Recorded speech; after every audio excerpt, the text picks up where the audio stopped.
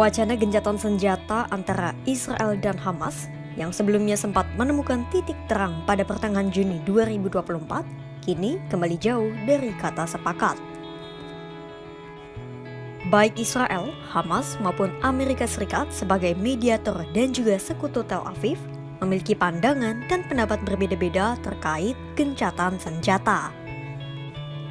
Amerika Serikat masih mengupayakan terwujudnya usulan gencatan senjata 3 tahap. Lalu, Hamas mengaku belum menerima proposal gencatan senjata terbaru dari Amerika Serikat. Sementara Israel tak juga menunjukkan niatnya meninggalkan Gaza dan menarik segala jenis operasi militernya. Ini dia perbedaan sikap dari Amerika Serikat, Hamas, dan Israel terhadap gencatan senjata.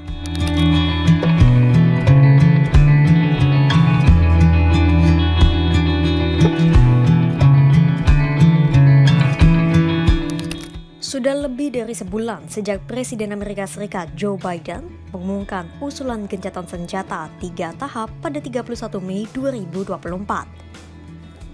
Sebuah pengumuman yang mengejutkan lantaran usulan itu memuat harapan akan adanya perdamaian jangka panjang di Palestina. Namun, sampai saat ini, usulan gencatan senjata itu tak kunjung terwujud meski Israel dan Hamas disebut sudah setuju.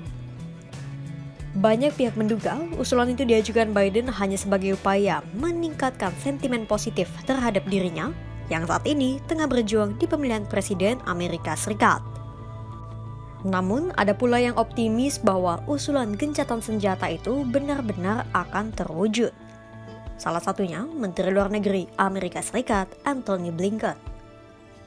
Pada Senin 1 Juli 2024, Blinken menyatakan keyakinannya akan terwujudnya gencatan senjata usulan Biden.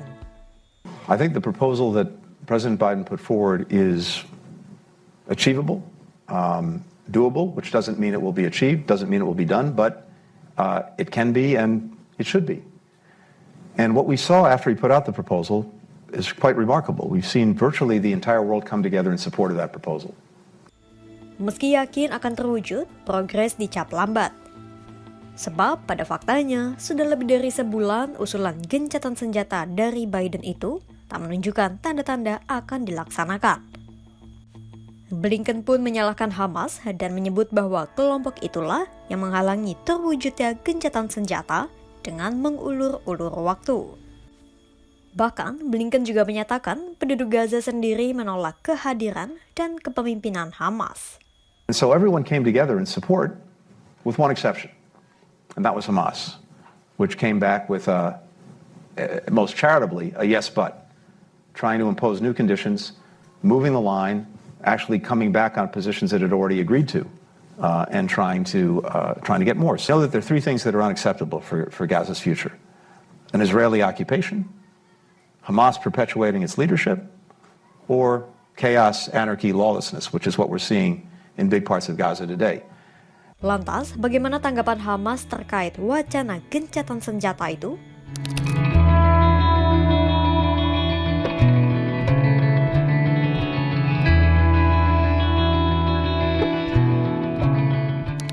Pejabat Hamas Osama Hamdan pada Sabtu 29 Juni 2024 menyatakan bahwa Amerika Serikat sampai saat ini belum juga mengirim proposal gencatan senjata terbaru.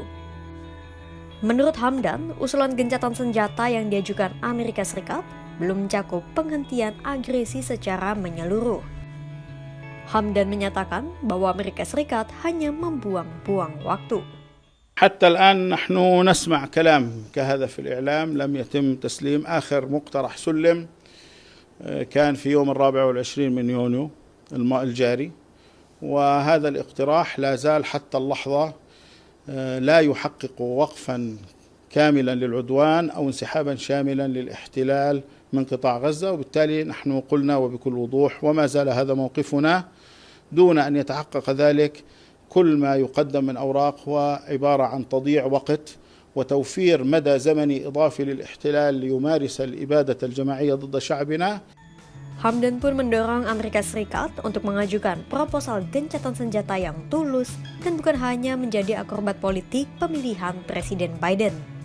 إنه لا جديد حقيقيا في مفاوضات وقف العدوان حتى الآن، وما ينقل عن الإدارة الأمريكية يأتي في سياق ممارسات الضغوط المختلفة على الحركة حتى توافق على الورقة الإسرائيلية كما هي دون تعديل عليها، وفي محاولة لتجميل صورة هذه الإدارة القبيحة. Pertanyaannya, bagaimana sikap Israel di tengah keributan gencatan senjata antara Amerika Serikat dan Hamas?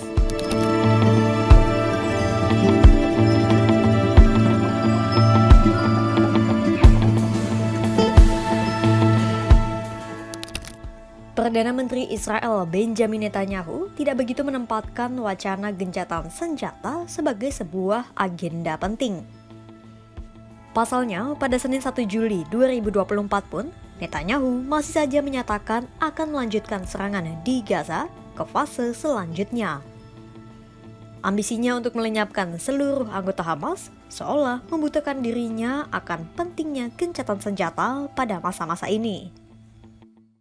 חזרתי אתמול מסיור באוגדת עזה, אני ראיתי שם הישגים גדולים מאוד של לחימה שמתבצעת ברפיח. אנחנו מתקרבים לסיום שלב החיסול של צבא הטרור של חמאס. יהיה עוד המשך להכות בשיירים שלו. אני התרשמתי מאוד גם מההישגים מעל הקרקע, בתת הקרקע, ברוח הלחימה, רוח המפקדים. ואני חושב שעם הרוח הזאת אנחנו נשיג את כל היעדים שלנו. גם להחזיר את חטופינו, גם לחסל את היכולות הצבאיות והשלטוניות של החמאס, גם להבטיח שעזה לא תהווה איום, ועוד יותר מזה גם להחזיר את תושבינו הן בדרום והן בצפון בבטחה לבתיהם. Sejak 7 Oktober 2023 hingga video ini tayang, serangan Israel di Palestina tercatat telah menewaskan lebih dari 37.000 orang.